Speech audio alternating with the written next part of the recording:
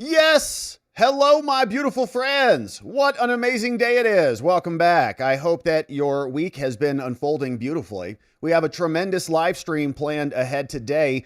The latest is coming out on the DC shooter. This guy right here, Lakenwall, has now been arraigned, had his initial appearance in the DC Superior Court today, and we've got the charging document queued up here, the affidavit that was submitted. And we're going to get the latest, what is happening here, because not only do we have the charges that have now finally been filed and the court process that is underway, but we've also got an update on Andrew Wolf, one of the two who was shot. Apparently, he was wiggling his toes.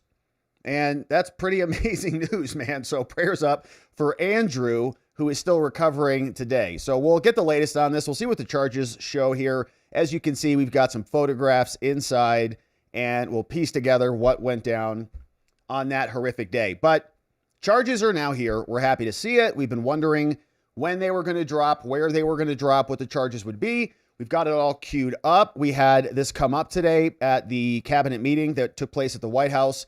And then we have Judge Janine Piro, who came out and broke it down for us outside of the DC Superior Court. So we're going to get into that and see what she had to say. Then we're heading over to New York today because the Department of Homeland Security is now saying that Letitia, who just had her case dismissed in the Eastern District of Virginia, apparently she has now released about 7,000 illegal aliens. Wow, that's a big number. And now Homeland is calling on her to stop this derangement and this behavior immediately. And so we got some updates on that. There was a full report that came out from the New York Post about who these people are and exactly what's going on over there in New York. And we'll see what the latest is, because look at these people. Bad hombres. Bad hombres. Jesus Romero Hernandez. And this person over here, his name is Vadalasevich Delanovich Kim. Another bad hombre. So they have been released. They're just hanging out in New York. And now Homeland wants to go pick them up. So we'll talk about what Letitia's doing. And we have another update with Letitia because she just lost. She was going after these pro-lifers, and there was an appeal that took place, just came down out of the Second Circuit, and Tishy loses again. Of course, well, she just won one pretty big one. We'll see what's coming back with the Lindsay Halligan prosecution, hopefully soon. But right now, we'll talk about Tish losing in the Second Circuit because she was going after these pro-lifers erroneously, as the court will find. Then we'll turn our attention to what's happening with ICE. Of course, the backdoor judge, Judge Dugan, is scheduled for a trial very soon. And there were some sealed filings that came in over the weekend. And there was a motion that dropped today, fresh out of the oven, from the Doogie defense team. Doogie's defense team, which has a nice little alliteration to it. But what they're demanding now is that an audio recording, because when you go into court, everything is on the record. They record everything. You can hear a pin drop. That's why, like, your client's talking, you're like, shut up, shut up. Save it for 2 minutes. We're on the record. Or you mute yourself. But even if you mute yourself, you're still like, just don't say it. Write it down. Just write it down. Okay, just write it. Don't say it out loud. Everything's recorded. And apparently there was some salacious audio that is going to be introduced as evidence. And now Doogie is trying to keep it out. So we'll go through that. We'll see she was in there for about 33 minutes, 17 minutes in length. And you'll see that they say there was some salacious comments about ICE that were being uttered in the court record by the court staff. So the whole place was just on Team Dugan as she was escaping illegal aliens out her back door. So we'll go through that. Then we have the mayor of some Minneapolis, apparently called Jacob Frey, who just starts speaking Somali in the middle of his press briefing. Everybody's looking in Minneapolis and Wisconsin where Dugan is.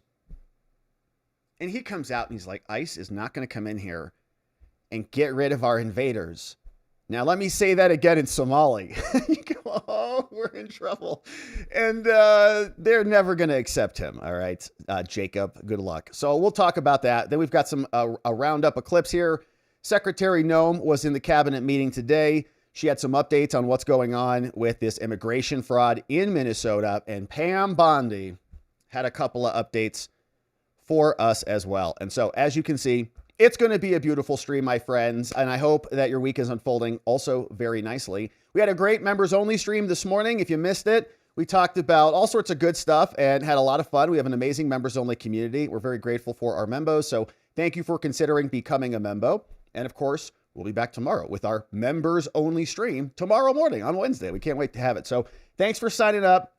Thanks for joining us. Thanks for supporting our channel and supporting our work here so that we can carry on. We very much appreciate it. And of course, membos, we'll see you back here tomorrow morning. Now, let's get into business on the day, because here we go. The DC shooter now charged. Been waiting for this to drop, and it has now come down out of the DC Superior Court. We'll take a look at the affidavit that was submitted today and hear from Judge Janine Piro, who is prosecuting this over there in DC. She came out, gave us about a 5-minute update and detailed the latest, but the guy testified apparently from a hospital bed. And you can see they tell us that he's an Afghan man, appeared virtually today, didn't have a lot of cameras or a lot of fanfare around it. We just, boom, got the charges, the news broke, we got the documents, and here's the latest. Now, he's accused of shooting 2 National Guardsmen. Of course, Sarah Beckstrom shot and killed. May she rest in peace. Andrew Wolf is in critical condition. And we're happy to report that apparently there's some consciousness that has emerged, saying that he responded to a nurse reporting from CBS News and wiggled his toes, according to the West Virginia governor. So prayers up for Andrew, who is still in critical condition. He responded to a nurse with a thumbs up and was able to move his toes, which is a positive sign, but can't speculate on his recovery. Said the only request that mom had is pray. Sarah Beckstrom was killed in the attack, was remembered as an amazing woman, saying the death of her was a result of an act of terrorism, and of course, flags half-staff until further notice out there. Prayers up for Andrew. Rest in peace to Sarah. Prayers up for both of their families today. But this guy got arraigned, and the D.C. Superior Court magistrate judge is named Renee Raymond, ordered that Lakenwall, the guy who allegedly did the shooting, be held without bond. Obviously, this is a murder case. He said, no condition or combination of conditions will reasonably assure the safety of our community. And that sheer terror, says the judge, this reporter in the room reporting, from the incident contributed to her decision to hold him without bond. She said, it's fairly clear to me, the judge, that he came across the country 3,000 miles armed with a specific purpose in mind to conduct this attack. Now, he was hospitalized and he was appearing in the courtroom via video and seen wiggling and moving in his bed. All but his head was covered by a blanket. The man mumbled his name when asked while squinting. The guy's probably just doped up on all sorts of stuff. And he said through a translator, he said he cannot open his eyes. Oh, boo-hoo. So he said, I have pain. He was charged with several crimes, including premeditated murder and assault with intent to kill, pleaded not guilty to all counts. A lawyer appointed to the case told Raymond. An interpreter also accompanied him to the virtual hearing, translating between Pashto and English. One of his attorneys is called Terrence Austin. He argued that his client should be released. Yeah, I'm sure. He said the justice, which defense attorneys have to, no, Your Honor, it's all misunderstanding, and let's release him and put him on pretrial monitoring. A prosecutor argued, no, are you kidding, Judge? The seriousness of the charges, including first-degree murder while armed, call for him to be detained pre-trial. It's the statute. We charge him with murder. He has to be detained. The prosecutor also argued the man has no ties to the city. No conditions of release could ensure the safety of our community. He spent the last few years living in Washington State with his family, came to the U.S. in 21 after working with U.S. forces in Afghanistan before the military withdrew from the country. Then Janine Piro was there in the courtroom, sitting in the front row today. U.S. Marshals seated next to her. Austin said that during the hearing on Tuesday, the jury pool was being tainted. Yeah, we know. Which is interesting because Luigi Mangione, we just saw new photos of him. So how come you can see photos of him in New York or Kyle Rittenhouse in Minnesota, But certain people, obviously, you can't do that. Like if you're Tyler Robinson in the Charlie Kirk case, then it's very hush-hush about media access. Now, Austin said the jury pool's being tainted. And after the hearing, Piro came out. We've got that queued up, so we'll listen to that. But the next court hearing is going to be on January 14th, so we've got some time. The charging document came out and says this guy screamed Allahu Akbar as he opened fire. And I'm sure they're going to continue to investigate the motive. There was an 8-page court filing. 2 victims fell to the ground. We'll go into the documents and see exactly what came down. And here's what was submitted today.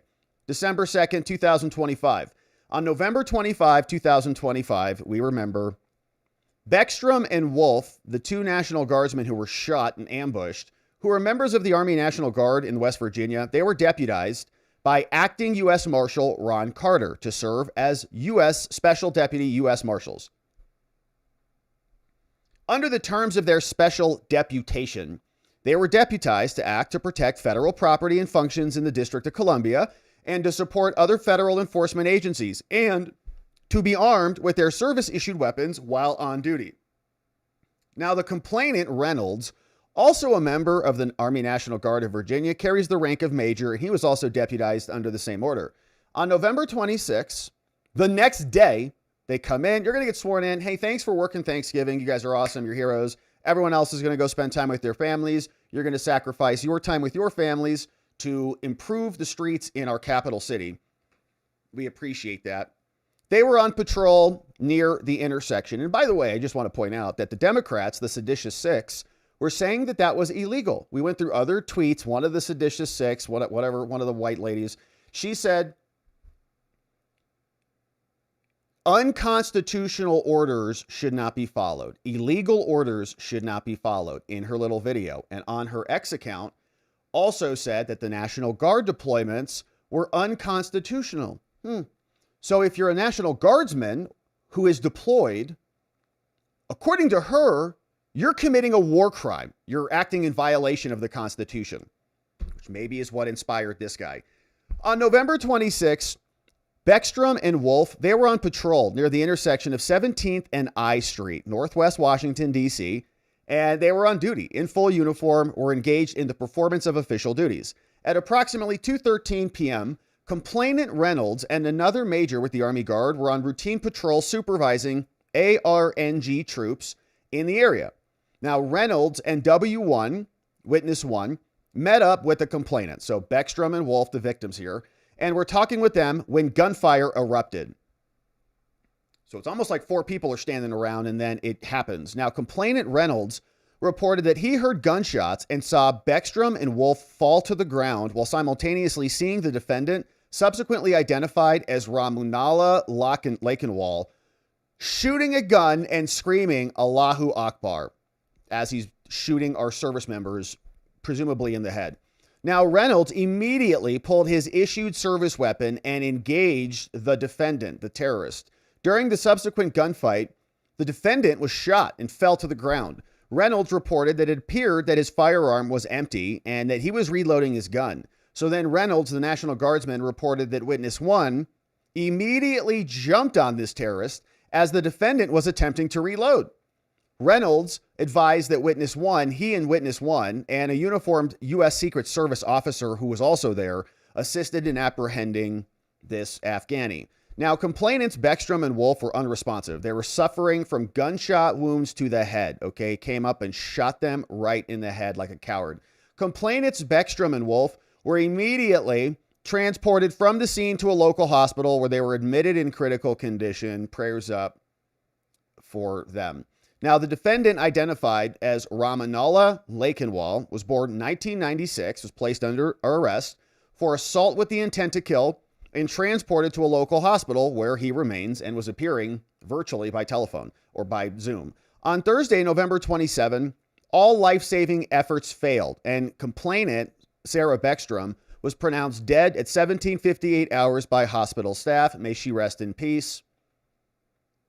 We'll see her soon, but not yet. Descendant Beckstrom's remains were transported to the office of the chief medical examiner for the D.C. pending an autopsy. Then on Friday, November 28th, Dr. Kristinza Geese of the D.C. medical examiner performed an autopsy on the remains of Sarah. At the conclusion of the autopsy, Dr. G.C. advised that the decedent was shot one time to the back of the head. What a coward. Right behind. She didn't even see it coming. Because he can't even, engage them like a man. Dr. Geese ruled the cause of death to be a gunshot wound to the head, and the manner of death was ruled a homicide. Now, video was recovered from a number of locations near the crime scene. On the video, the defendant can be observed standing on the sidewalk of I Street outside the Farragut West Metro Station in Washington for about a minute. The defendant appears to be glancing westbound toward the intersection with 17th Street. He then begins running in the direction of the intersection.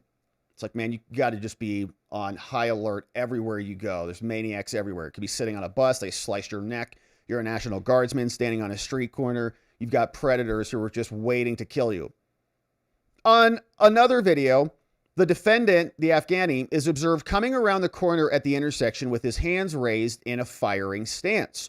He immediately begins firing in the direction of Beckstrom and Wolf, and they are both observed collapsing on the ground. Additionally, he is then observed chasing and shooting at witness 1. 3 screenshots are included below. He is circled in red. Members of the ARNG are circled in blue. And here is one screenshot. So shooters in red, National Guard in blue. As the defendant comes around the corner, he is immediately observed firing at the National Guard members. Okay, so there's about 4 of them standing there. He turns the corner. Boom, boom. Sarah's, right there. Andrew's right there. They both get hit in the back of the head. One of the others is a witness. Another one is a National Guardsman. And he draws, and then they try to secure the shooter.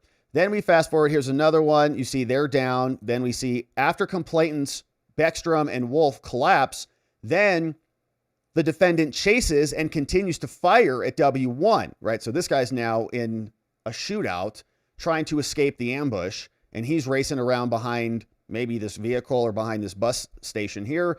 Then we see somebody runs over, looks like tending to somebody on the ground. The defendant is observed bending down. Actually, that is the shooter. And bending down next to them. What a monster, man. Get away from them. Beckstrom and Wolf after shooting them. So he shoots them, then he goes over maybe to check if he hit them. And all of that occurred. That's the affidavit. So all of that occurred in the city of Washington, D.C. So they're being charged in the city court, in the superior court, not the federal court. So they've got him now. That's the affidavit submitted. And as we saw, the charges have come down and murder is on the list. So we see a couple of updates from the administration. Pam Bondi brought this up today at the cabinet meeting with the president. Here's what that sounded like. Talking about Sarah, heartbreaks for her family, and Andy is doing well. His parents, Melody and Jason, wanted me to tell you, and I was with them yesterday in the hospital. He's a miracle. I was there when the surgeons came in, and they wanted you to know this. He's a miracle, and if everyone in this country can continue to pray for that family. He's got a long road ahead of him, but he is a miracle. The monster will be held accountable who did this. All right, so that's from Pam. And then Janine Piro came out today after the court proceeding took place, and here's what she had to say.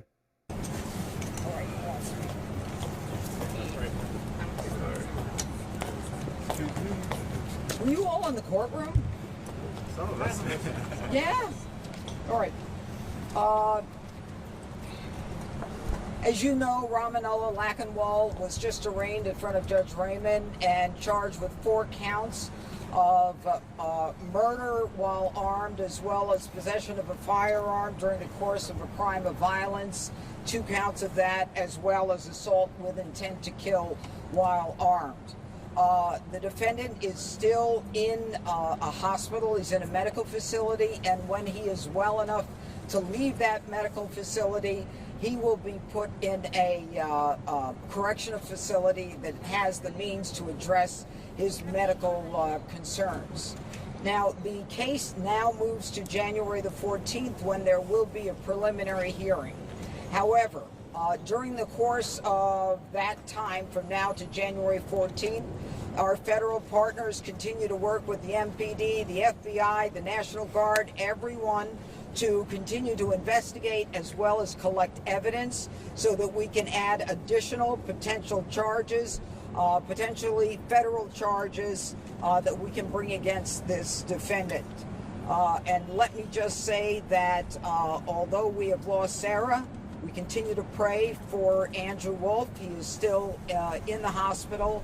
And please keep them in your thoughts and in your prayers. We will. And finally, let me just say, this individual was brought into this country as a result of the largesse of the American people and the American government. And he betrayed us by shooting and killing one individual, and right now harming another individual that we hope will survive. Other than that, that's all I can say. What about their argument that you had no right to argue that he should be held? What did you think of that argument? Well, I think it's laughable. I think anyone about whom we know nothing, and make no mistake, there's no vetting, and the fact that we don't have a rap sheet on this guy as if he was born in the Bronx or in the district should tell us that he is clean. We have no idea who he is. He has no connections to the community. The crime... The CIA knows who he is. Apparently, he was vetted by the CIA. They brought him in as part of a team that they were working with over in Afghanistan.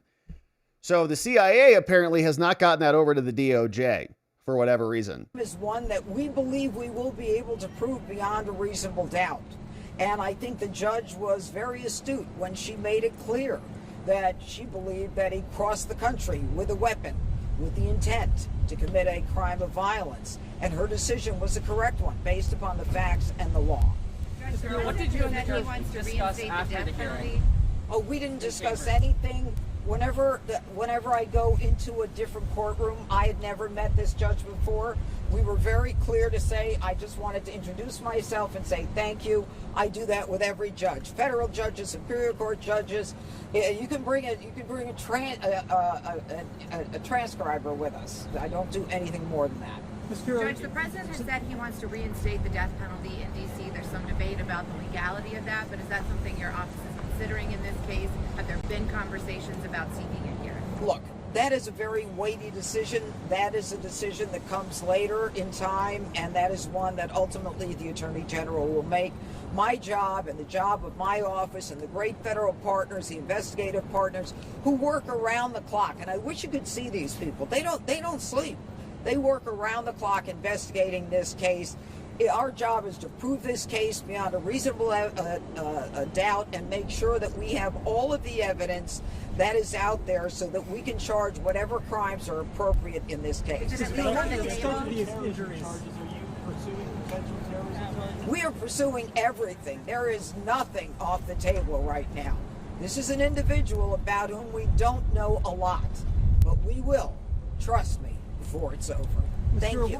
All right, Judge Janine in there explaining what's going on with the shooter, but charges have now dropped. We saw just a smattering of the evidence and some of those horrific screenshots from the terrorist attack is what it looks like. But he is now going to be held in custody pending future court proceedings, and we'll have another court date coming up next year in January. In the meantime, prayers up for our friends, Andrew and the family of Sarah, who are all still recovering from this horrific tragedy. So we'll keep our eye on this one, my friends. Thanks for joining as we do.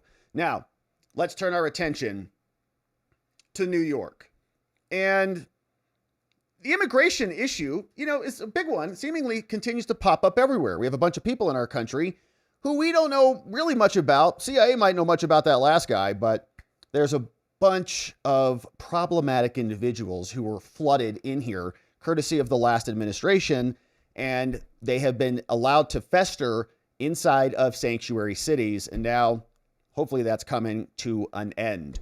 Hand them over, says Homeland Security to Letitia James out there in New York. We're finding out that apparently she released very close to 7,000 illegal alien criminals in New York since January 20th. And Homeland is saying, we would like you to detain them so that we could come and get them and remove them. And these are criminal illegal aliens. And there's a process by which local cops will arrest somebody for committing a crime.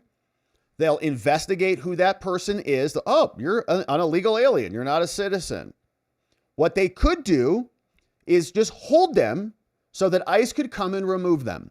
What they don't do is that, so they release them. They flood back out into society to recommit new crimes and to reoffend. And then when ICE goes to arrest them and pick them up in their court proceedings or goes arrest them outside of a Home Depot or whatever, all of that could have been avoided if the local cops would have just hung on to them so that the feds could come and investigate them. And maybe they've got some ability to file an asylum claim or a claim against torture or whatever. And they could get all the due process in the world once they start to interface with the immigration system. But they don't want to do that because they'd rather just have illegals taking over their sanctuary city. So now Homeland is saying, hey, Letitia, will you hand them over? Look at these people that you're releasing. And apparently New Yorkers love it. They're just like, no, it's fine. We like to be raped and attacked constantly. It says here, 6,947 criminal illegal aliens released since January 20th. We're calling on Big Tish to stop this dangerous derangement and commit to honoring our ICE detainers. It's just common sense, okay, Tish? So here's more they say from Trisha. Under Kathy Hochul, New York has refused to honor ICE detainers and released back into New York streets 6,947 criminal illegal aliens since January. You know how many people that is? That's a lot. When's the last time you were around 7,000 people? It's a big number. The crimes of these aliens include 29 homicides, killing people, 2,500 assaults, beating people, 207 Bergdorfs happening in Bergdorfs, the real ones though, 199 burglaries, 305 robberies, 392 dangerous drug offenses, which are, the bad drugs, 300 weapons offenses, and more. This is why we flood the zone. We have to identify them and remove them. And then they go and they pick these people up because the government who's already arrested them won't hold them because they'd rather have them in the society than deported from our country, even if they're committing 29 homicides, 2,000 assaults, 200, Bergdorfs, 199 burglaries, and all the things. They're fine with it. It's New York. That's their way of life, I guess, under Tish and Hochul. But the New York Post gave us a full breakdown on this. Apparently, they were communicating and got the data. They said, okay, 7,000 people. One of them was, he was a maniac who was booted 8 times from the United States. And he got a machete and attacked a cop from Ithaca. So they just let him out. The rap sheets behind these people include a laundry list of offenses. All of them were protected by the state of New York. And Letitia James, the attorney general, who just had her case dismissed for the time being. I think it's going to be coming back, but we'll see. Virtually all Americans agree that criminals should be removed. They sent a letter over to her. Todd Lyons said, hey, Letitia, stop allowing these criminals to wreak havoc on our streets. Some migrant criminals, though, have already been picked up by immigration officers after they were cut loose, and they flip about that. Why are you arresting them at a Circle K? Why are you getting them at the grocery? Because they let them go. They were already in custody, but they released them.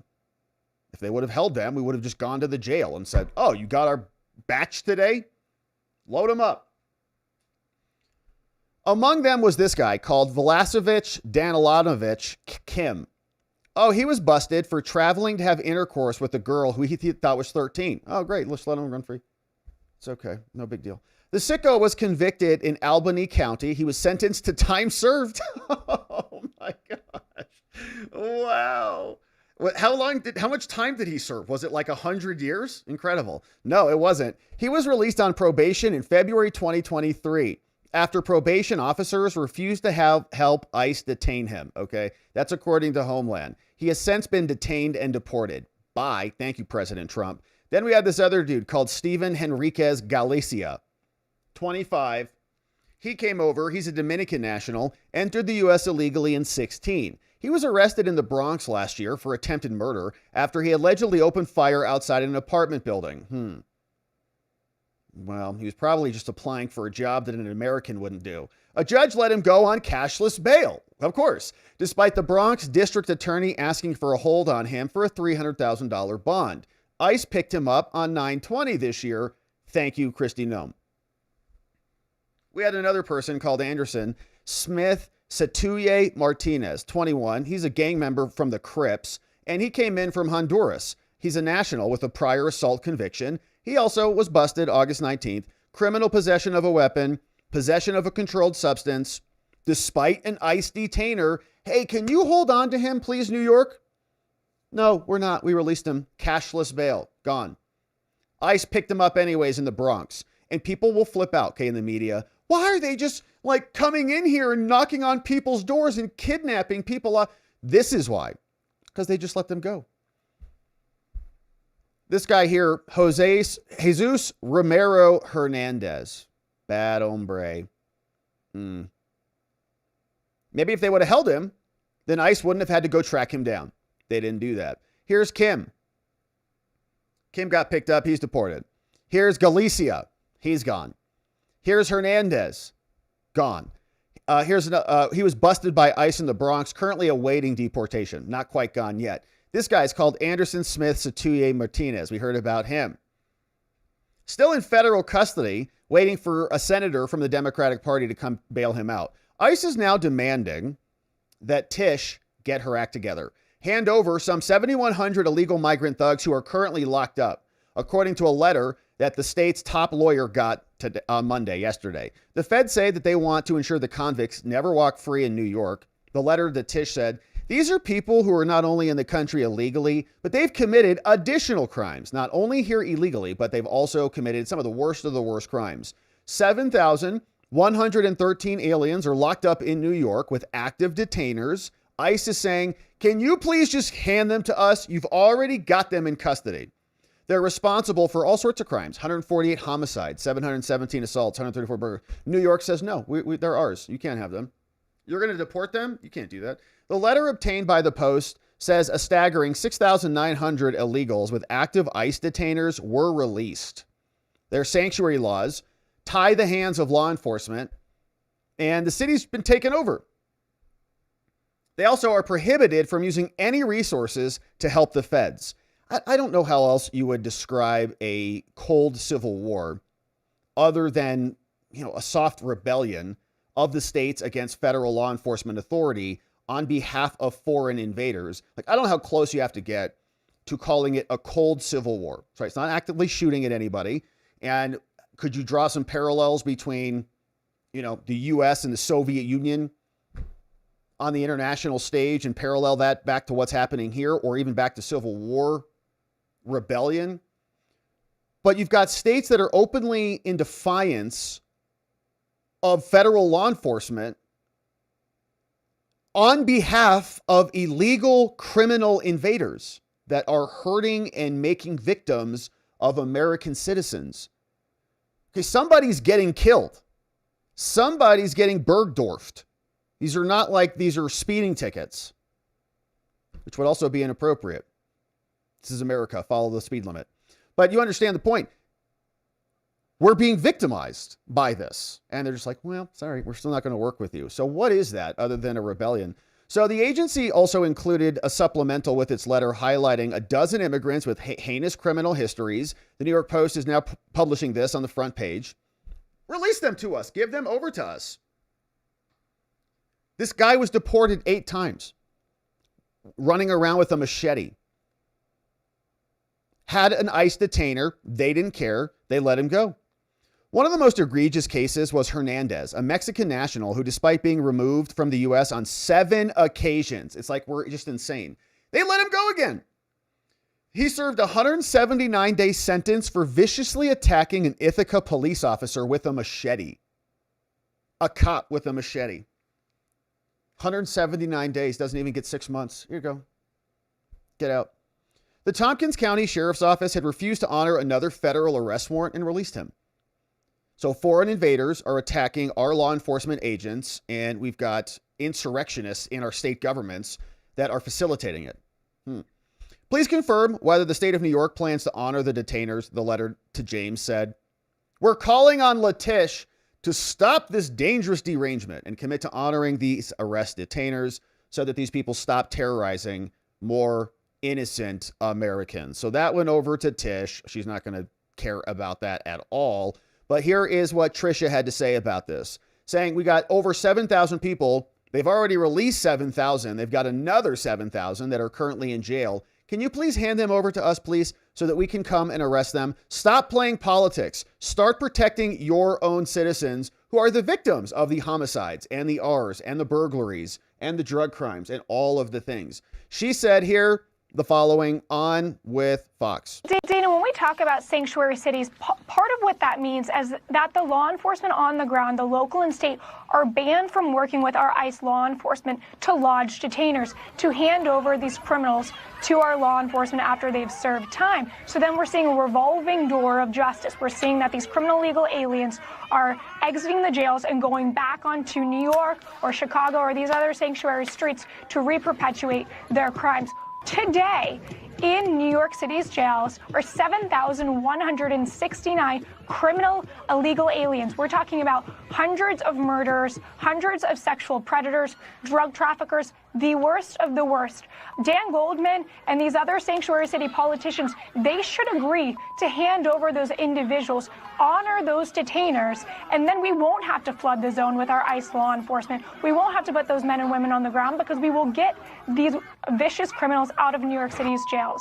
Right. Yeah, and imagine, see all this B-roll footage, all this behind the scenes actions of what's going on around these ICE protests and outside federal buildings and in the streets of Portland and Chicago and all over the country. Just imagine if this was reversed. For example, if we had a situation where there were American patriots who were protesting outside FBI field offices on a regular basis right after January 6th and were interfering with the FBI going in and rounding up the J6ers, kicking their doors in, terrorizing their families, kidnapping them out of their homes for walking into a building, which is of the people's, it's the people's house. And they invited them in. We've played the video here many times, tapping cops on the shoulder. So they, oh, come on in. You're all going to get charged with felonies. Come on in. If we were out there on the streets, banging on the FBI cars as they were making their way to go and round up a J6er, they would call us enemies of the state. They would call us insurrectionists. They would probably shoot and kill you and pass laws to strip you of everything. It would have been a total bloodbath, right?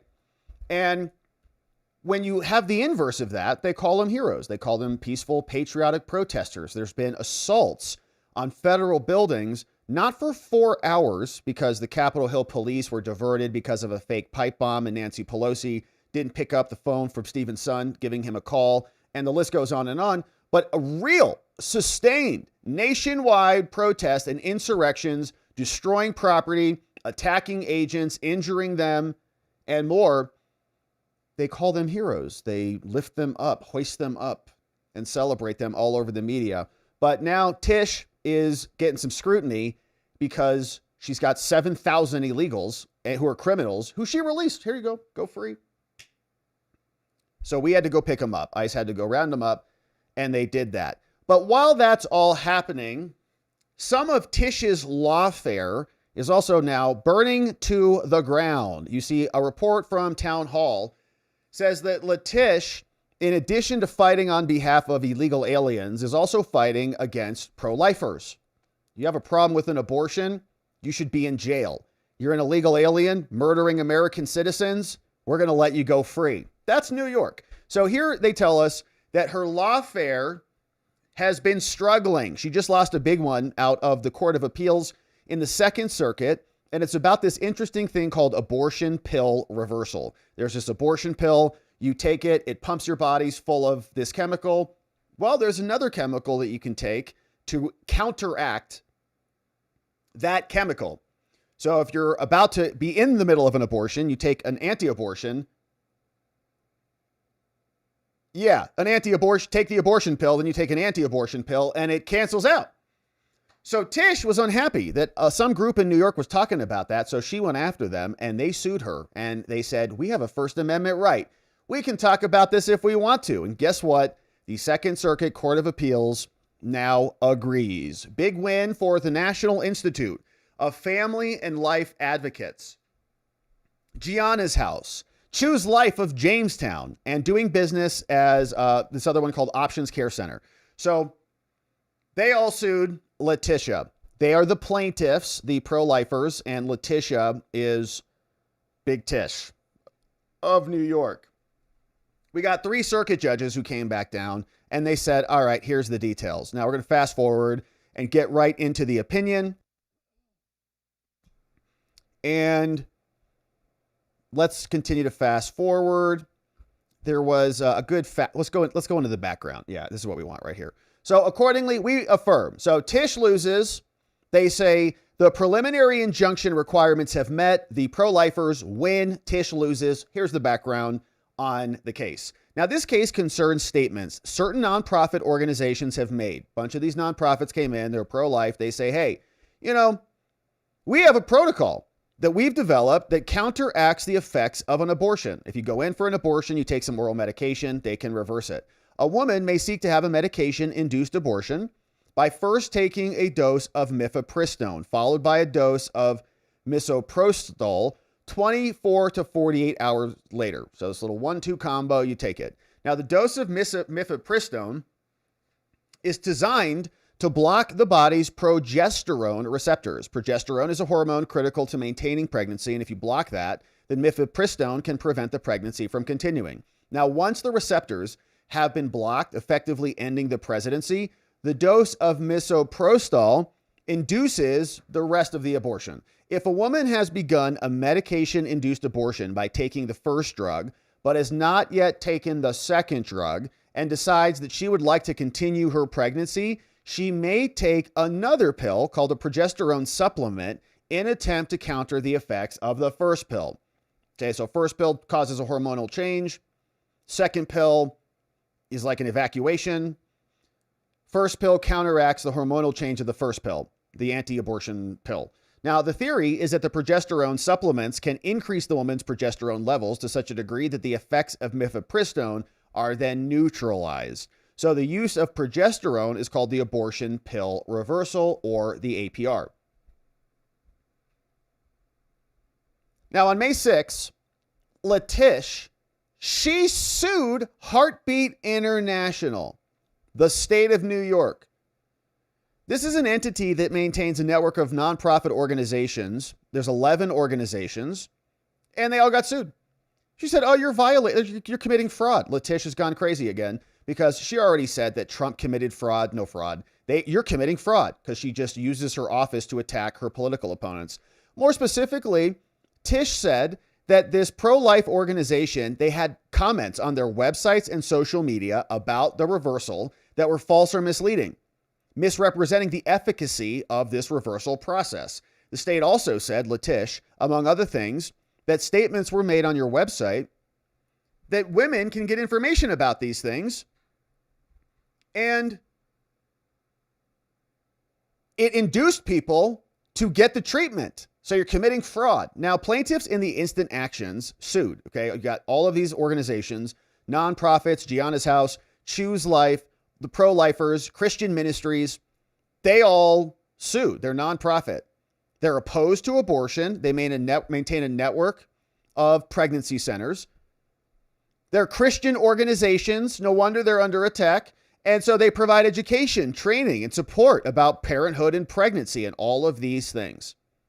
Gianna's House, shout out, offers a variety of free services, counseling, parental education, all sorts of nice things. Amazing. Shout out to Gianna's House.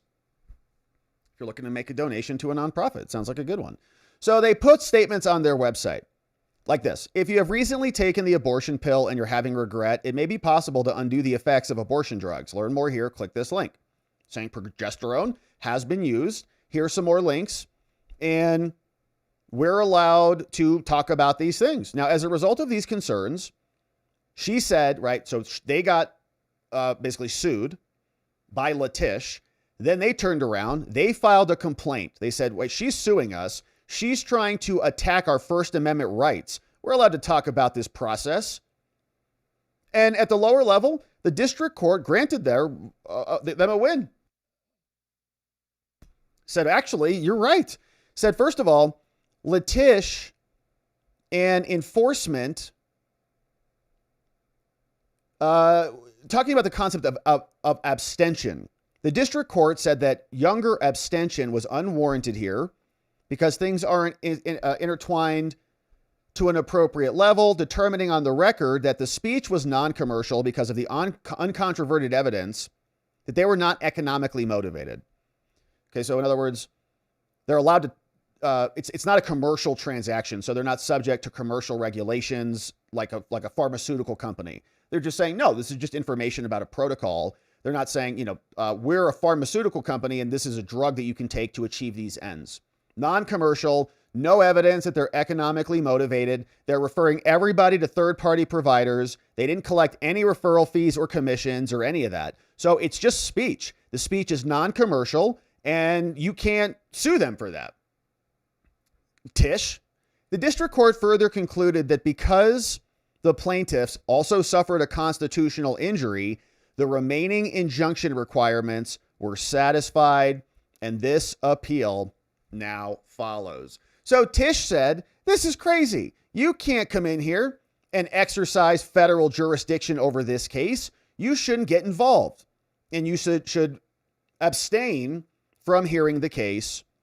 And we'll fast forward through some of that kind of technical abstention stuff. And then let's just see.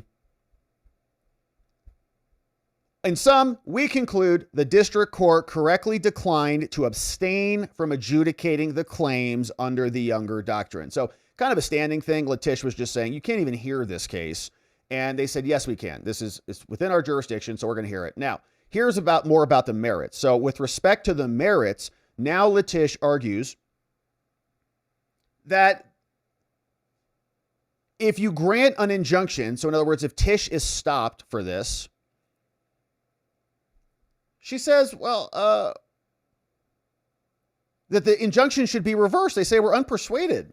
We conclude that the lower court was right based on the current record that they're going to win. This is a First Amendment problem. These were non-commercial statements that were on their website. Letitia has failed to show that the regulatory conduct that restricts speech can withstand strict scrutiny. She's like, well, it's almost like selling a pharmaceutical and they're not following the regulations. Like they're not selling anything. They're just talking about a process. Furthermore, as for the remaining requirements, we discern no error in the lower level court that the plaintiffs, the pro-lifers, are going to win. They have established irreparable injury and an injunction is in the public interest. Oh, Tish, blown out.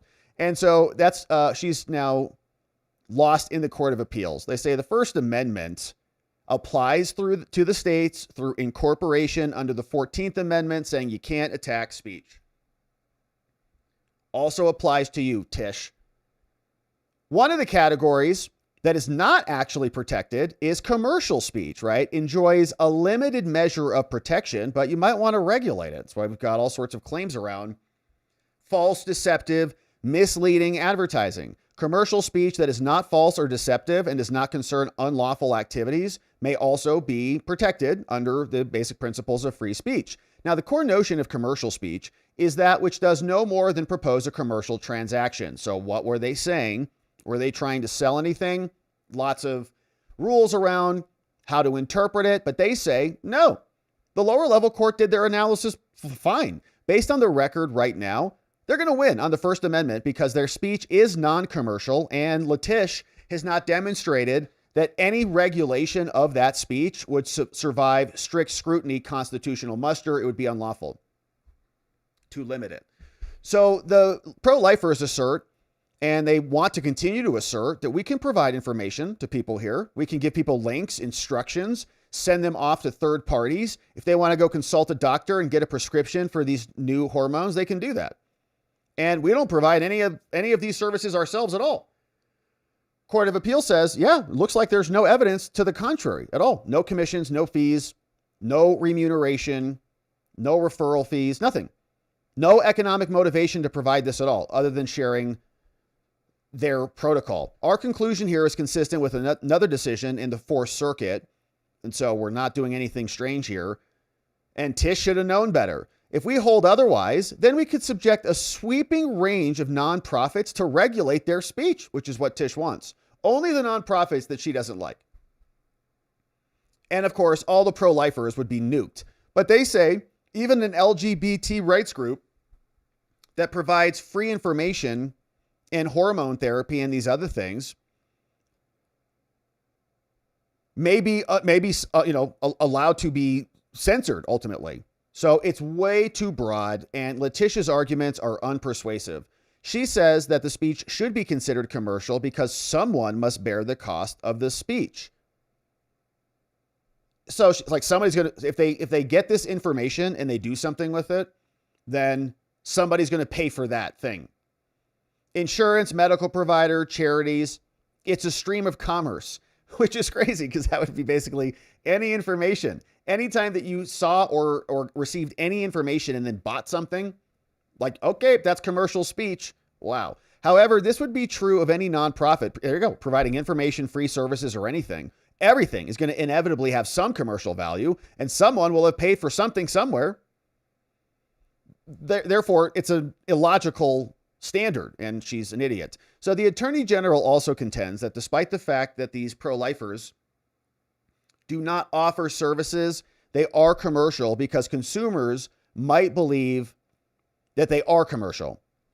She says, well, it's kind of like advertisements for medical services, and they're like promoting other services. So it's like an advertising referral type of thing. So that makes it commercial. And she also says that you have to think about their motivations for engaging in the speech in the first place. And so it could be commercial, but they don't buy any of it. The judge says, because we hold their speech is non-commercial, she can only regulate it if it meets strict scrutiny, the highest standard. If you're going to attack a constitutional right, to pass that test and to meet this standard, you must specifically identify an actual problem in need of solving, and the curtailment of the free speech must be actually necessary to the solution. Very stringent standard. Here, Letitia has not proven that at all. And so she's not satisfied her heavy burden. And so we conclude the lower level court was right. The speech is non-commercial, and there was no error in any of the other factors that the lower court analyzed. Now, we note that Letitia principally contends that these other requirements were not met because she thinks that we're going to win on the first prong. But the court says they have to show irreparable injury, the plaintiffs, and they have. So we need to issue an injunction. Sorry, Tish. We've previously explained that securing First Amendment rights is in the public interest. Here, the preliminary injunction serves to secure the First Amendment rights of the plaintiffs. They're allowed to provide information to women on how to counteract the effects of the abortion pill. And there's no basis for limiting their speech. So in sum, we hold that based on the current record, the district court did not abuse its discretion and Tish loses. So for the foregoing reasons, we affirm the order of the district court and Tishy Letitia loses the case. So we'll see what she does if she ultimately wants to appeal this up to the Supreme Court of the United States. But I think she's on a losing streak as it relates to this issue. And just logically thinking about it, it's like, okay, if anybody says anything, somebody's going to buy something at some point. I mean, you're going to like listen to a podcast and then go buy a dinner. It's like, did they influence you to buy the dinner? There you go. Commercial speech. Ban Joe Rogan because you were listening to him when you were barbecuing or whatever. So Letitia loses. She's got 7,000 illegal alien criminals who have now flooded her streets that she's released. And she's got another 7,000 in custody. Would be nice if she turned them over, helped New York become a more secure society and stop attacking the pro-lifers. Actually go after the criminals who are abusing their citizens. We'll keep our eye on this one. Thanks for subscribing and joining as we do. All right, we got one more update, my friends.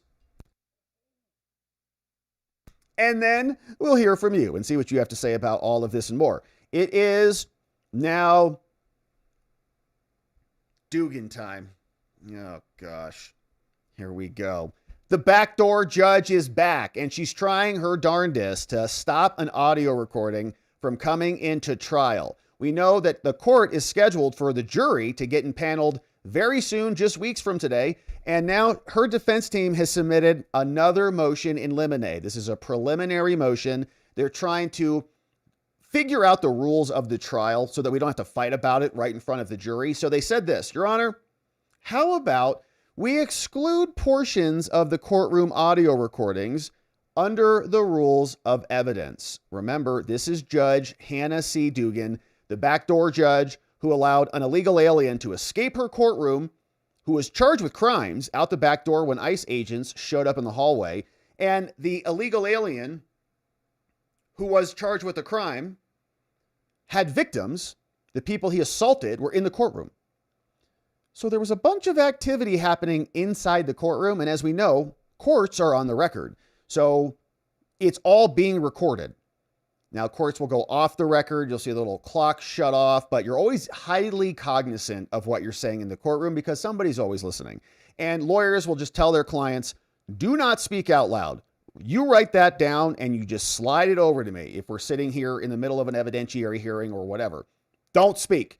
Even if you turn your microphone off, do not speak because there's mics everywhere. The prosecutor's table right next door doesn't have their mic off, and so they'll pick up what you're saying on your table, even if you mute the mic. So we're listening for what's going on in the courtroom. Remember that Judge Dugan left the bench, went outside, distracted the federal ICE agents, pulled them into the chief judge's chambers, and then let the illegal use her back door and escape the courtroom. So now there's this audio recording. Trial's coming up. The prosecutors got their hands on it. They want to introduce it and play it for the jury to hear. And she does not want them to hear it. Here's why.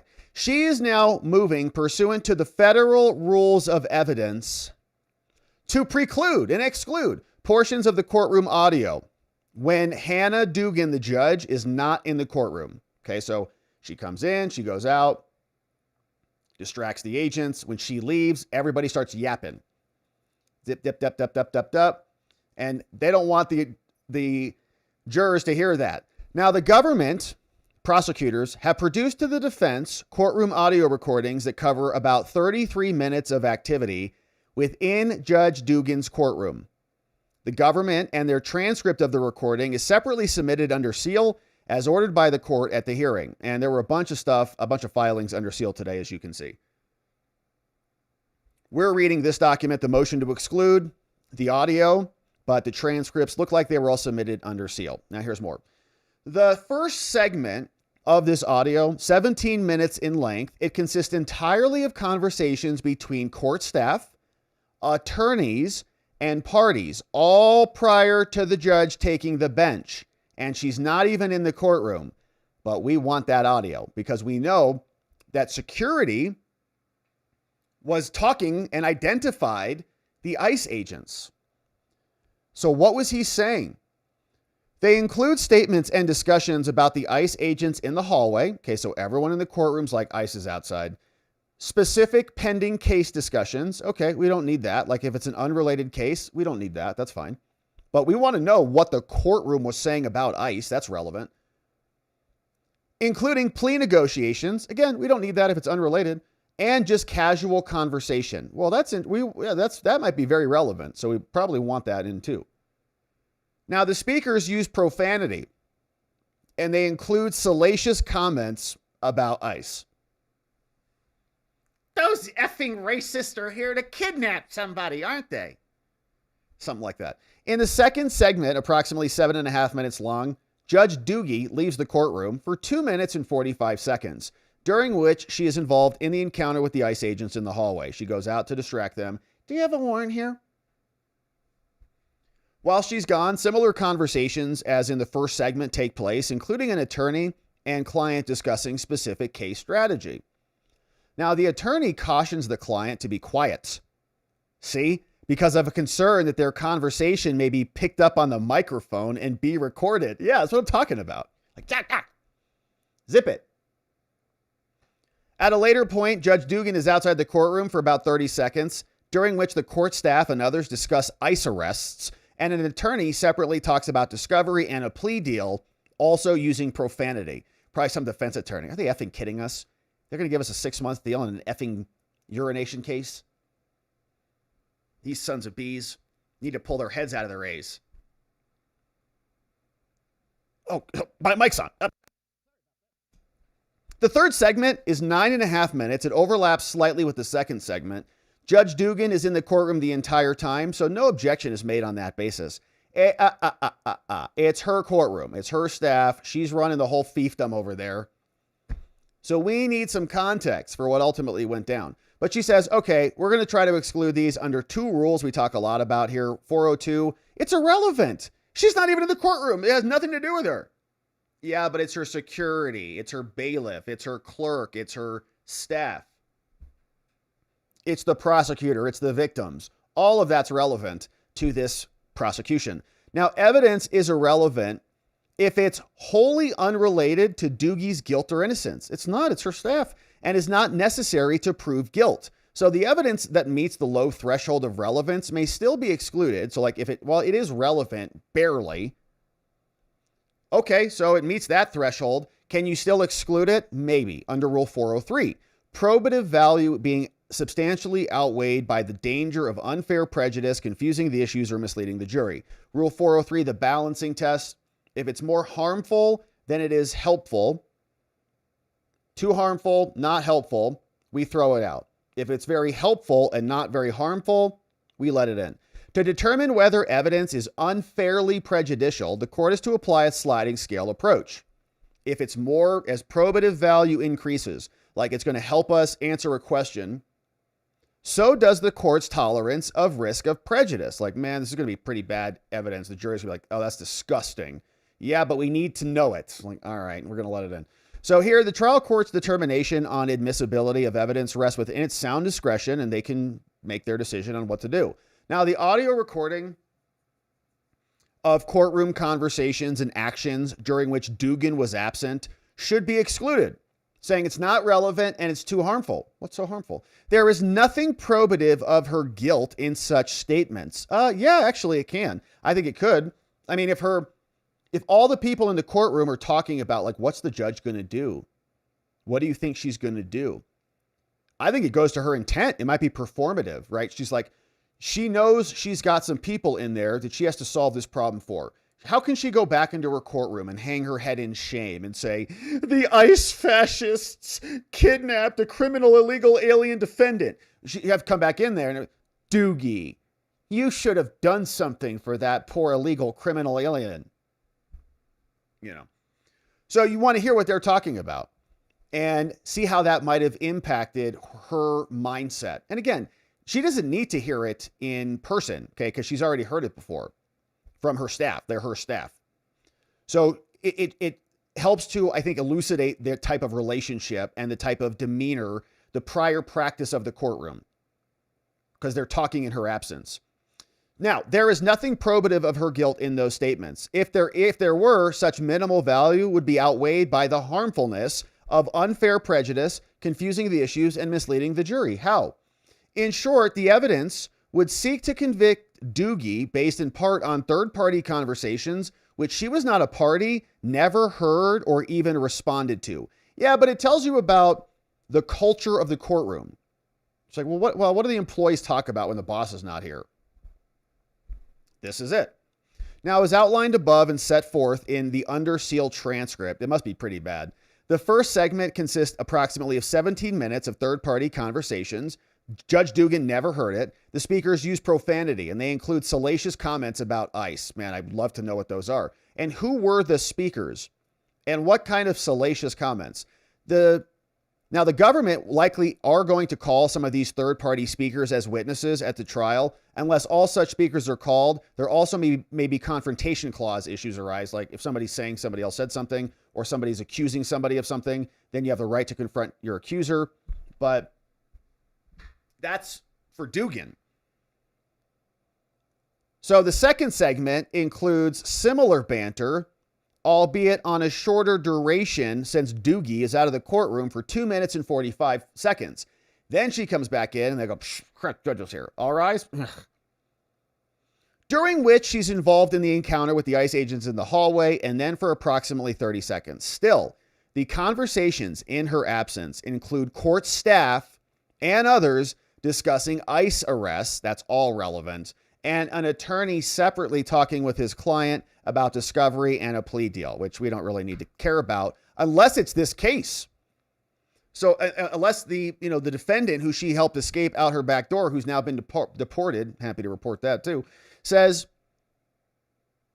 that was his case. Like there are victims, and maybe it's a prosecutor talking to the victims about a plea deal that was offered or will be offered. Accordingly, this evidence should be excluded. And those documents were filed under seal, and I think we should know what is in those transcripts. Submitted the second day of December by the defense team for Judge Backdoor Dugan, who let an illegal alien escape out her hatch. Now, here's more. Right next door, that's all taking place in Wisconsin. And this is right next door in Minnesota. In Minneapolis, the mayor is this guy called Jacob Frey, who won, just barely beat that other candidate who I think had like fetal alcohol syndrome or something. There was a Democratic primary and they had like a candidate who's like, I think, like the governor, Tim Walz or something, but he just barely won. And then he came out, and stick with me on this. I got two clips on this one. It's hard to listen to these guys because they're so pretentious and obnoxious, but just wait what happens, because he's talking in English, and then he's going to translate to talk to his real constituency, who actually is running Minnesota, as we'll see in a minute. I was talking to Mayor Carter about this just recently, and here's the thing. Our police officers are not ICE agents. They will not cooperate with ICE agents.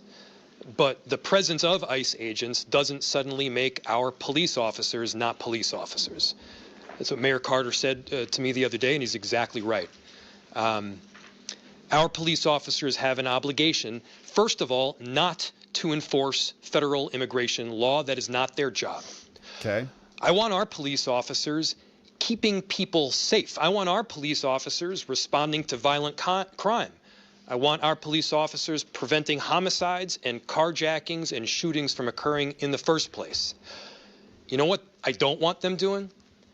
I don't want our police officers spending a single second hunting the father down that just dropped his kids off at daycare, who's about to go and work a 12-hour shift, who happens to be from Mogadishu, or who happens to be from Ecuador. It's not happen to be. Is he in violation of our immigration laws? I don't care where he happens to be at all. If you're in violation of the law, then you're in violation of the law. A lot of people happen to be working good jobs and happen to be doing all sorts of, have kids and happen to have full lives and happen to do, but when they break the law, they still go to prison, because that's what it means to have a nation of laws. A lot of people all the time get arrested for a DUI. Got great jobs, they have to suffer the consequences of those things, even though they're good people and they're teachers and they got great kids and they rescue kittens and all the things. Still consequences for breaking the law. It's how the nation works. So it's not just happens to be an illegal. He's an illegal alien, and he probably has anchor baby children who he's dropping off to our schools that we're paying for. So maybe they should also be denaturalized and deported. Then go back to Mogadishu together. So watch this now. So this guy then comes out, and this is what's happening in America. And you've got these weird guys like Jacob Frey, who is now, I think, welcoming the Somalians into a takeover in Minneapolis. That's not American. That's not what we are about. And we're going to do right by every single person in our cities.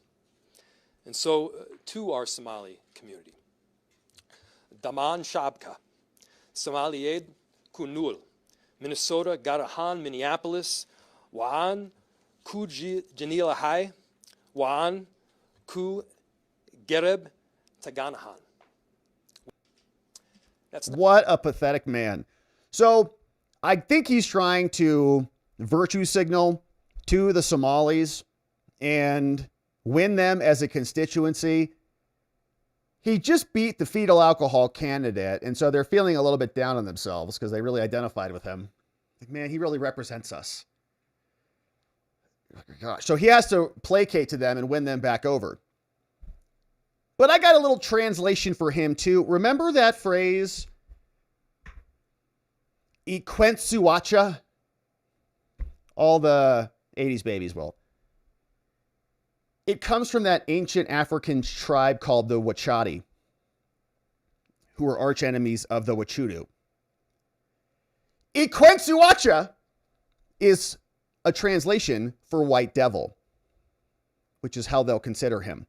And that's translated from another African tribe over there. If you want to learn more about that, you can watch the movie Ace Ventura, Pet Detective, When Nature Calls. Great film. So that's Jacob Frey, who is now speaking in Somali in America to a foreign group of people who have committed billions allegedly in fraud and have a representative who also allegedly married her brother in order to gain citizenship here. Completely ridiculous.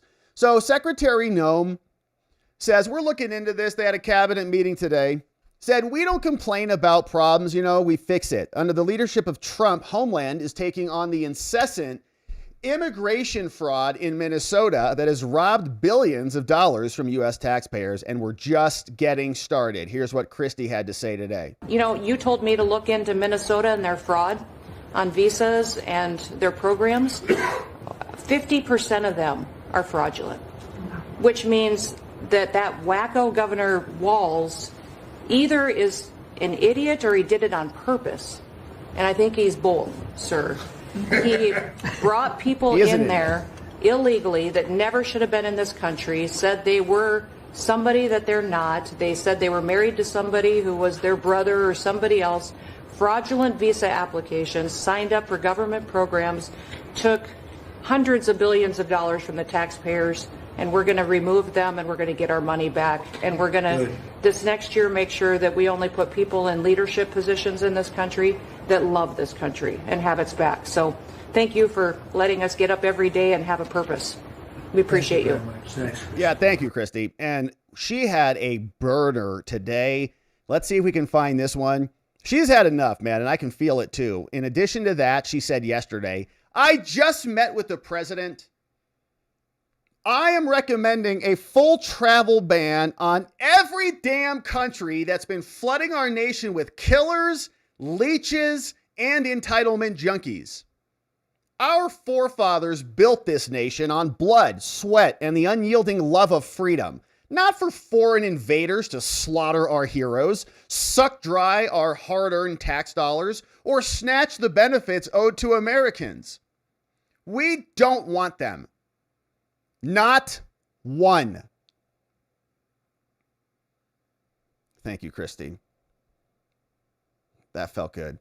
So here's more. She also said, we also hired our 10,000th ICE officer and that they're going to be on the job within days. Shout out to our friend CJ Pearson for this short clip. Court so that we can get up every day and be bold. We're going to hire our 10,000th ICE officer will be on the job within 10 days. So we have hired 10,000. We've had hundreds of thousands of applications. We've got within the department. Let's go. All right, perfect. So rather than 80,000 IRS agents, how about we get some ICE agents to secure the integrity of our country rather than having it being invaded by foreigners. So Pam Bondi was also out today. Justice Department posting this, saying they're working on a bunch of stuff. She has a list here for us, but a big one, of course, fighting sanctuary cities every single day. Pam Bondi in the cabinet meeting. Our Civil Rights Division suing Gavin Newsom 3 times now, Prop 50, keeping boys out of girls' sports and in-state tuition for illegal aliens. We've sued over election integrity. We are litigating major universities with Linda. Thank you, our Civil Rights Division, for everything that you've done to end DEI in our schools. Our Civil Division fighting sanctuary cities every single day. And of course, our Antitrust Division with Google, major settlement. Our attorneys are working on terrorism, TDA, MS-13, Antifa, President Trump. Our civil. All right, so nice list over there from Pam Bondi. And we're looking forward to some great progress on all of those cases. But Judge Dugan now having a battle over some audio recordings, and trial is coming up in just a few short weeks. So we'll keep our eye on this one as well. Thank you for subscribing and joining as we do. All right, my beautiful friends. What a great stream it has been. Today, we covered a couple items. This guy has been now charged with several counts, of course, murder on the list. We read through the affidavit and saw exactly what went down. They had some screenshots for us on the affidavit from surveillance footage out there in D.C.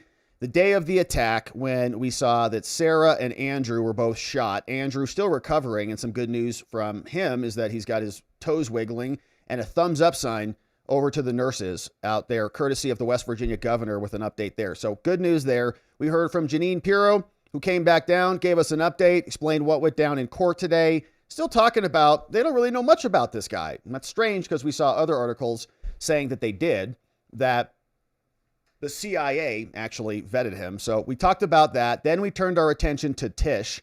Turns out she's released 7,000 illegals who were criminals, pretty bad ones, many of them. ICE forced to go round them up after the fact. They're saying, please hold on to the other 7,000 that you have in custody. Please hand them over to us. Then we went to the Second Circuit Court of Appeals and saw that Tish lost because she was going after pro-life nonprofits who were just exercising their free speech, discussing protocols for abortion reversals. And Tishy didn't like that. They're a little too Christian, a little too pro-life. So as many other prosecutions that she's led, she invoked fraud, went after them, and is now lost twice. So we'll see what she does if she wants to take that up to the Court of Appeals. Then we saw Dugan has a really problematic audio file that she does not want to come into trial. That will be coming up in just a few weeks. We saw what her justification was. She said it has some salacious comments about ICE, and people are using profanity in her courtroom. F&A, Judge Dugan's, a giant whatever. And they want to keep it out because they say it would be too harmful, not helpful enough. I think it'd be very helpful to get a gauge of the culture of her courtroom and what their opinions were about ICE and how they could be co-conspirators in this obstruction effort. But of course, we'll see what the DOJ says in response to that. Trial's coming soon, and it should be a fun one to follow. We'll see if she's ultimately convicted. Might be one of the only people who is convicted in the near future of any significance who's been doing stuff to obstruct the administration. But Kristi Noem was out saying, we're sick of these foreign leeches, killers, and entitlement junkies. Everybody's just tired of it, man. And I think it's gotten worse. When you go out and you try to go after the bad guys, like the really bad ones, and then they call you racist kidnappers, you're like, this dude attacked an Ithaca police officer with a machete. They're like, yeah, but he's doing a job that Americans won't do, though. You mean attacking officers with a machete? Yeah. Well, we don't need that job filled anymore. Okay, so he's now gone. So they come out protesting with their foreign flags. They make videos about how they're running things and how white people are done and we're all dead now to them and whatever, and how racist we are and how bigoted we are. But they really would like our government open so that their SNAP benefits can keep being funded to them, and their Medicaid benefits are warranting shutting the whole stinking country down. But you get the point. So Kristi Noem has had enough. So have the rest of us. And they've hired 10,000 people and they're unleashing across America. We're happy to see that. But now, my friends, it is time to hear from you. Let's see what you say about all of this. Happy Tuesday. I hope your week is unfolding beautifully. You're accomplishing all the things you set your mind to and recovering from the turkey extravaganza. Let's see. Do we have any comments or donos in the house? We got a couple. Amazing. That's amazing. Oh, we got some good ones. Hey, Nick Ricada rated our stream. What's up, Nick? Man, shout out to our friend Nick Ricada. That's cool of him. So what's going on? American Eagle flag. Freedom. What's up? One old guy's opinions says Jack, love child of New Scum, and crybaby Justin Castro Jr. Jake, love child of New Scum. Who's Jake? Isn't Justin Trudeau the love child of Fidel Castro, I think? I don't know what you're saying, one old guy. That's funny, though. Hey, rub some dirt on it. Man, look at this great photo. Shout out to the grandbabies. I am partying with the granddaughters for my 65th birthday. Rub some dirt on it, a.k.a. Whirlpool Galaxy. Happy 65th birthday, my man. How fun. And the 15th anniversary of my retirement. Man, rub some dirt on it. Super cool, dude. What a great photo, man. Congrats to you. What a lovely family. Beautiful granddaughters. One crashed out. You got these two little munchkins bouncing all over you. And the little one's just like, my older sisters, man, they're ridiculous. I'm just going to crash out right here. Completely unperturbed. Great photo, man. Thanks for sharing with us. Happy birthday. Hopefully you are doing something fun. So very cool. Happy birthday. Rub some dirt on it is a good dude. We've had a chance to talk, and he gives me a lot of crap for my inability to follow through with anything. Rick D, what's up? Breaking. The Indiana House Committee in charge of redistricting has unanimously approved the state's new U.S. House maps. So that sounds like good news. I don't know the details of that one, Rick D, but there were some. We're obviously in the middle, like talking about cold civil wars. We're also in the middle of a real big redistricting realignment. So there's been some wins and some losses there. We had a very precarious position last week with Texas. Judge said, actually, we're going to revert back to the blue maps until Alito came in, solved that problem for us. But that's good news, Rick D. Election's coming soon, and it's going to get more and more tense by the day. Nick Rekieta. What's up, Nick? Good to hear from our friend Nick Rekieta at Rekieta Law right next door on the YouTubes, on the Rumbles. Been seeing him stream again. Happy to see that, which is awesome. Nick, good to have you. Thanks for swinging by. Shout out to our friends from the Rekieta streams. Yeah, I saw it. It's good stuff. Shout out to our friend Nick. What's up, Mike Story? 8 months as a membo. That one more will have a full baby here. Says them, that's racist, Islamophobe, me, American, and I vote, from Mike Story. Yeah, there's a lot of that going on. And I think most of those names have no meaning whatsoever at all anymore. I just don't even care. Just like, well, okay, call us whatever you want. We don't care. Mike Story, thank you. 8 months as a membo, man. That's amazing. Hey, Rhonda. Just Rhonda is in the house. What's up, Just Rhonda? We got 10 membos coming in. Thank you, Just Rhonda. Purveyor of fine emojis, bringing in a bunch of membos. 10 friends coming in. Cabba Duck is here. Andrea Cates, what's up? The Patriarchy Man, welcome. Stephen Holloway. We got Sama Maga. We got Debbie Mazzie, Pineapple Water, Pamela Nizlak, welcome. We got Sticks here, Larry Stamfer, all joining us courtesy of Just Rhonda. Bringing in some new membo friends. Sassy Gemini says, okay, I've been working on this off and on for a while now. It isn't finished yet, but that's a great one. Yeah, that's a great one for Letitia. The bulgy, cross-eyed. And you can't really make gifts, but like a facial spasm too. Like the cross-eyed facial spasm from like Letitia. Be like perfect. Like, oh gosh. It's the whole, I'm going to have a headache. The whole Democratic Party looks like that. Yeah, funny. Hilarious. Sassy Gemini. Can't wait to add that one to the chat. Hey, Jedi Trump. These are not the injunctions you're looking for. Jedi Trump, welcome. 5 membos coming in. Evan is here. Mostly Anchors 168. Cat for Hire. Welcome. Uncle Mitch Sprints. Shout out. The Warrior 9087 in the house. All brought in courtesy of Jedi Trump. These are not the politicians you're looking for. There's no, I can't think of anything good. The Rubos. Hey, watching the Watchers family, baby. We got a 35% off deal over there. RuboSaltShop.com. The best salt you've ever had in your whole life. Our hand-harvested French salts with 9 organic herbs add unforgettable flavor and memories to every meal. Perfect for gifting, perfect for feasting. Sale ends Thursday. Go to RuboSaltShop.com, check it out, and use the code CM35. You'll save 35% off. Amazing. It's good. We use it. We love it. My mom uses it. Alexis loves it. We all love it. The Rubos are good people too. Hey, it's these two dudes. My favorite Muppets is, I think, what they're called. Hey, one old guy, they're just funny. You know, they're witty. Hey, one old guy's opinion says, Didache, which is the teaching of the 12 apostle to the nations, using the testimony of Matthew, writings of apostles, the manual, chapter 1, the 2 ways abortion is a sin, ancient the world, pharmakia, herbs and physical stress used to abort children.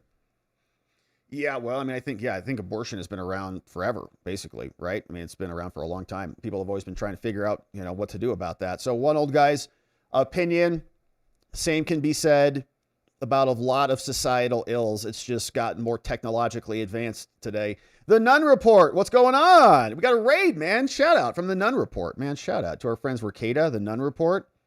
Thank you to our friends over at the Nun Report. Welcome aboard. Hey, Biltong is in the house.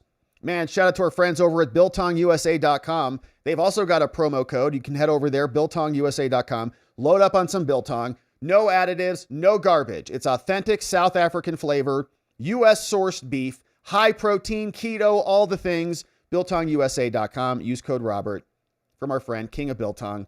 Good to see you, King of Biltong. In the house. One old guy says,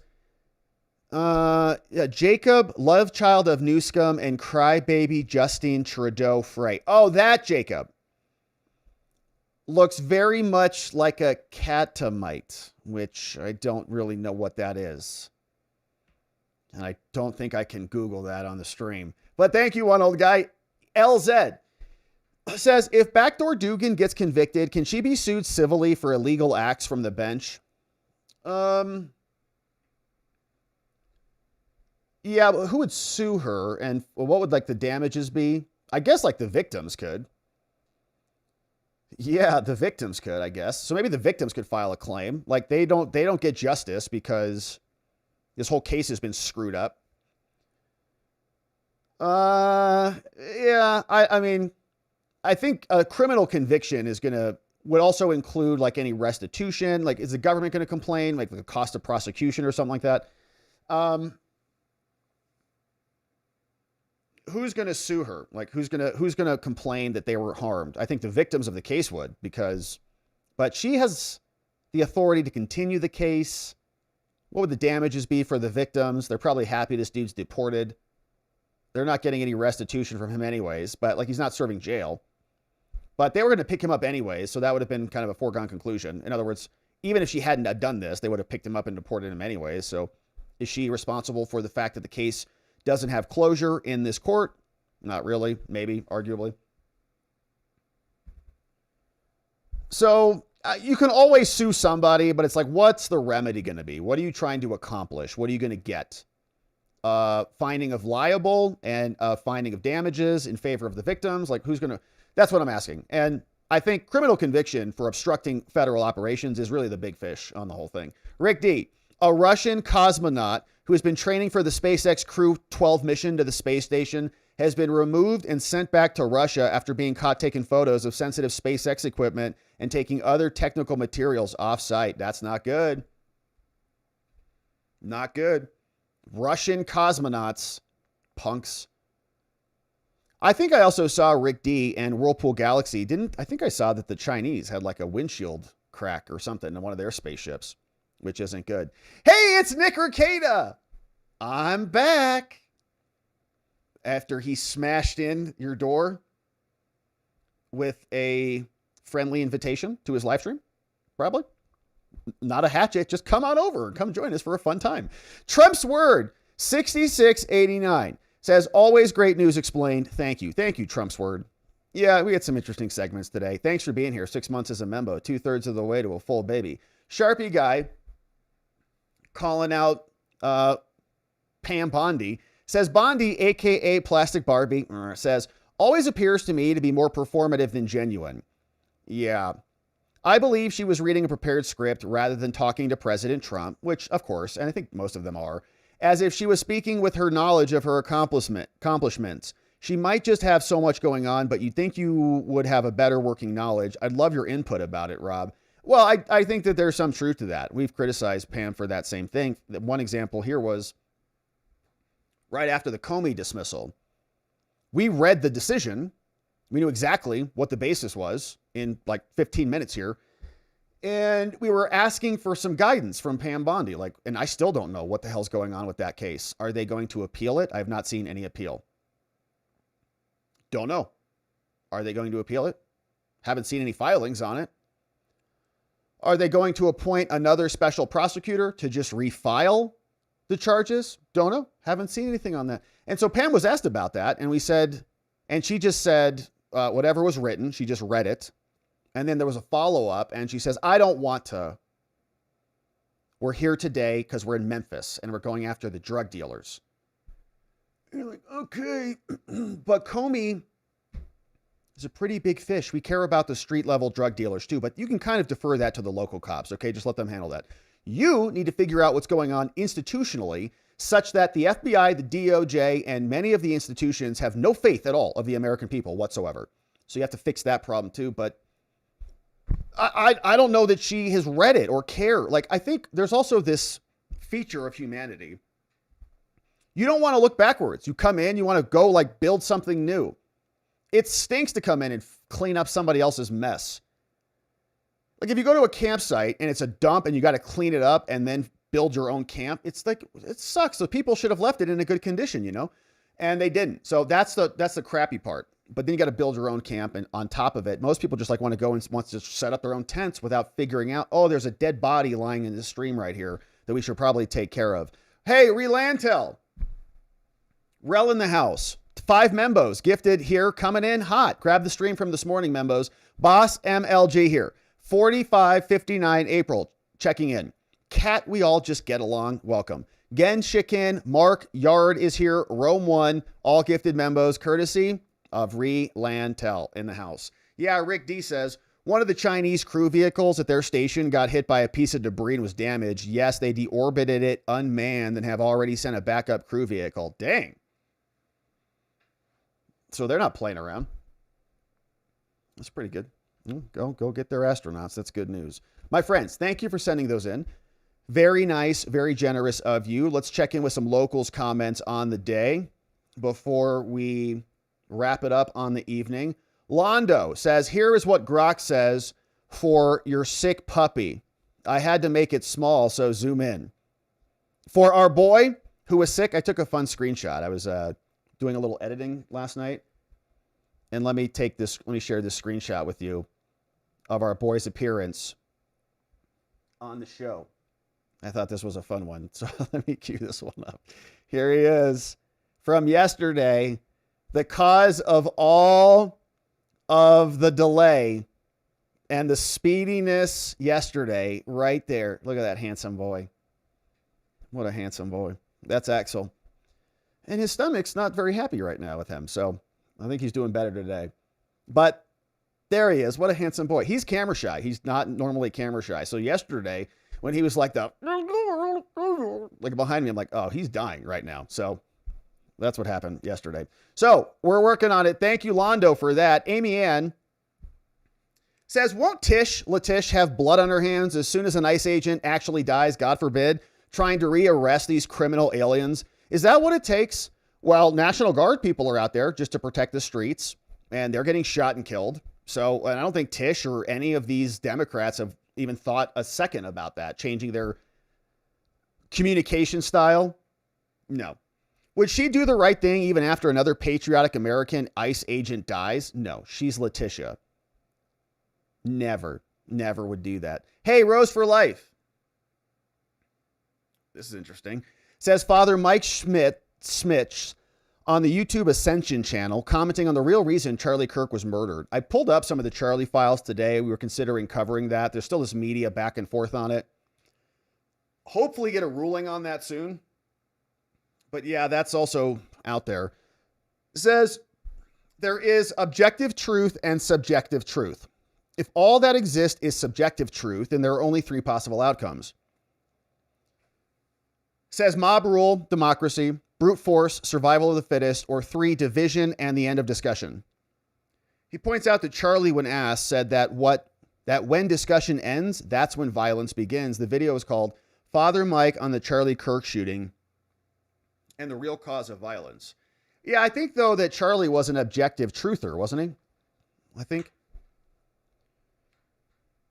So objective truth versus subjective truth. I think C.S. Lewis put it very well when he said there's an objective morality, aka objective truth, when you start to compare and contrast moralities. So, for example, if you are ranking hierarchically let's just use an example of Christian morality and Nazi morality. Could you rank those in order? And most people could and would do it appropriately. And so you would ask yourself, how can you rank those? Like, what do you have to be measuring those against something. What is that? Well, we don't know exactly.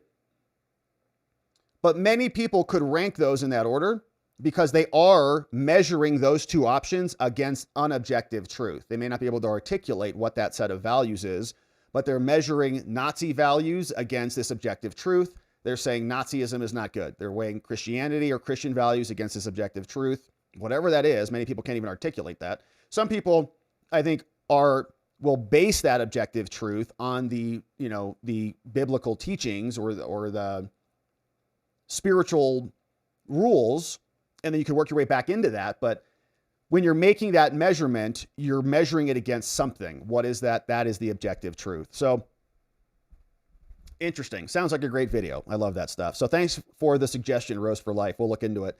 We got this one from Bonnie. We caught another one from Afghanistan, supposedly also vetted. They gave him a green card. Of course they did. Mohammed Dawood Al-Lokaze. Enough is enough, says Bonnie. Send them back. Send them back. This Afghan national came into America using the Biden administration as alleged, explicitly stated that he came here to kill American citizens. Great.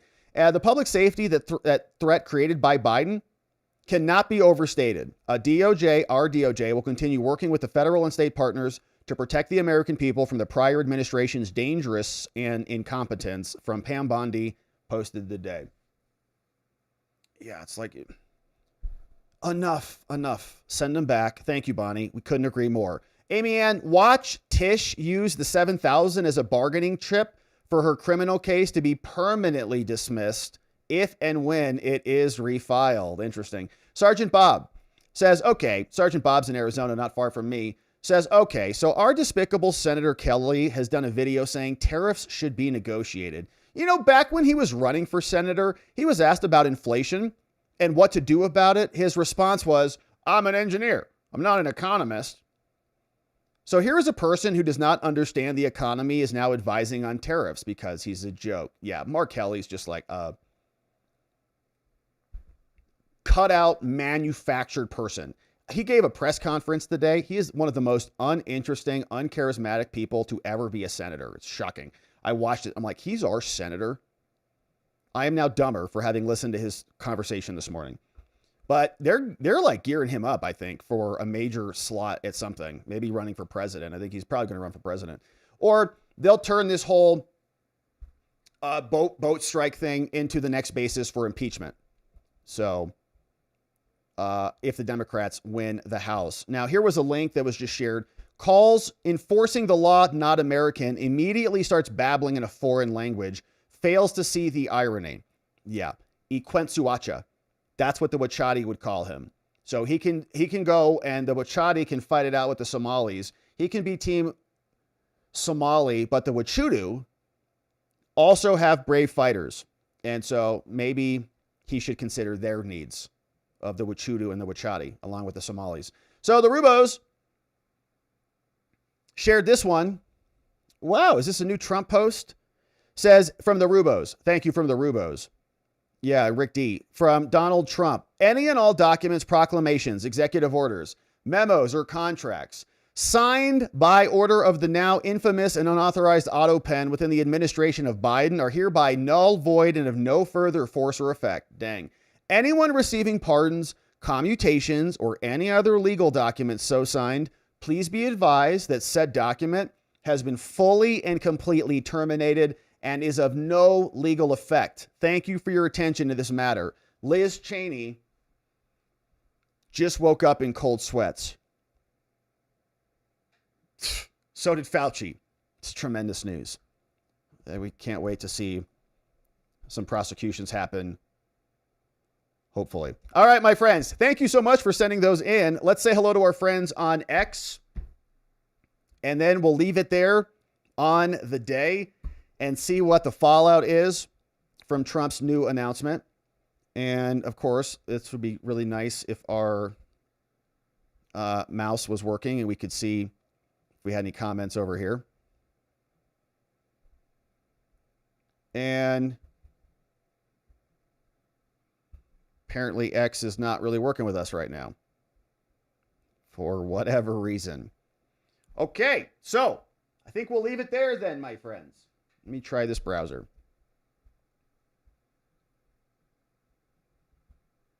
And see if we can get some comments from X. Not loading for me. All right, I don't know what's going on my end, but I'm not seeing the comments.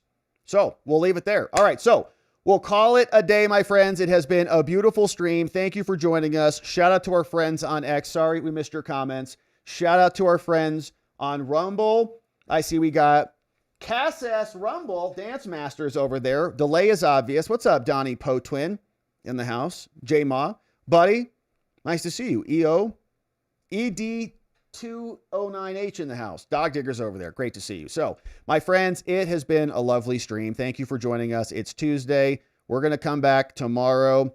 Of course, we're going to get into it again. We're excited to do that. We also, before we wrap it up on the day, want to thank our amazing mods and meme smiths. Big shout outs to our friends Donut Mind Me, John in the house, Muffin Rando. We got K Bean, Carrie B, Neuro D, Janek, Dog Digger, our friend Geegum, Just Rhonda, Purveyor of Fine Emojis, and Elliot, all modding the fort down for us, keeping things nice and orderly. Members, we'll be back tomorrow in the morning. It's going to be Wednesday, hump day, middle of the week, all downhill from here. We're excited to see what the day has in store for us, and we'll get back to it tomorrow. So membos, tomorrow morning, we'll have a stream, and then we'll be back tomorrow evening to get into it again, my friends. And in order to do that appropriately, we are going to need to see you right back here so that together with your help, we can shine that big, beautiful spotlight of accountability and transparency down upon our system with the hope of finding justice. Make it a beautiful night, my friends. Sleep very well. We'll see you right back here tomorrow. Bye-bye.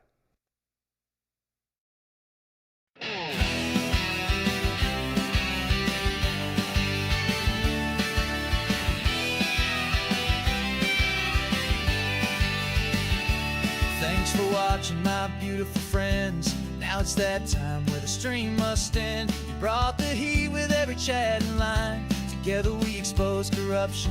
One more time we dove in the truth where the media hides. Lit up the lies with receipts on all sides. The fight isn't over, but we made them sweat. We ain't done yet, no, not just yet. Because together we are watching the watchers. Truth on our side. Watching the watchers. We won't be denied.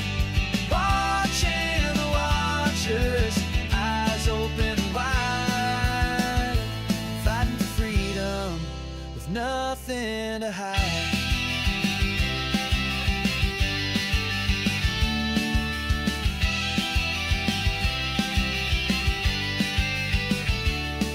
Drop a like and don't forget to share. And bring a friend who's ready to care. Tomorrow's lies are just today's news.